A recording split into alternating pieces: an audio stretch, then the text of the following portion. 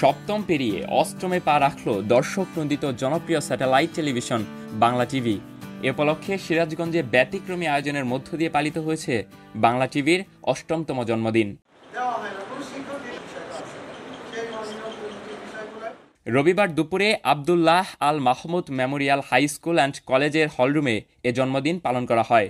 একই সাথে আমার ভাইয়ের রক্তে রাগানো ২১শে ফেব্রুয়ারি আমি কি ভুলিতে পারি গানের রচয়িতা ও বাংলা টিভির উপদেষ্টা প্রয়াত আব্দুল গফফার চৌধুরীর বর্ণাঢ্য সাংবাদিক জীবন নিয়ে আলোচনা করা হয়।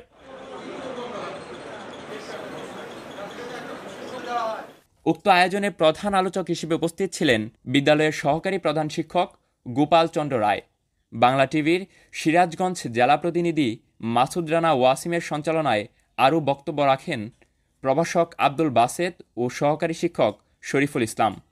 আমাদেরও কিছু দায়িত্ব কর্তব্য রয়েছে, তাকে স্মরণের মধ্যে এ সময় উপস্থিত ছিলেন বিদ্যালয়ের শিক্ষক শিক্ষিকা ও শিক্ষার্থীরা। আলোচনা শেষে গফফার চৌধুরীর আত্মার মাগফিরাত কামনা করে দোয়া করা হয়।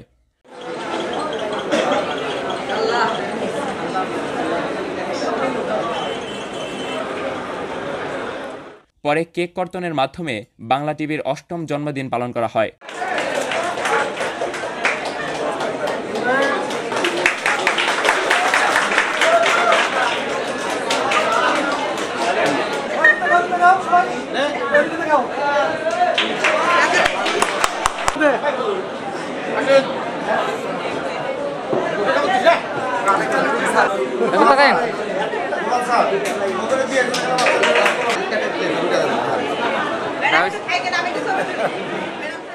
যুক্তরাজ্যে বাংলা ভাষাভাষী কমিউনিটির মধ্যে সাড়া জাগিয়ে বাংলা টিভির সম্প্রচারের সফলতা নিয়ে বিশ্বজুড়ে বাংলা এই স্লোগান বুকে ধারণ করে ২০১৭ সালের এই দিনে বাংলাদেশ থেকে বাংলা টিভির সম্প্রচার শুরু হয়।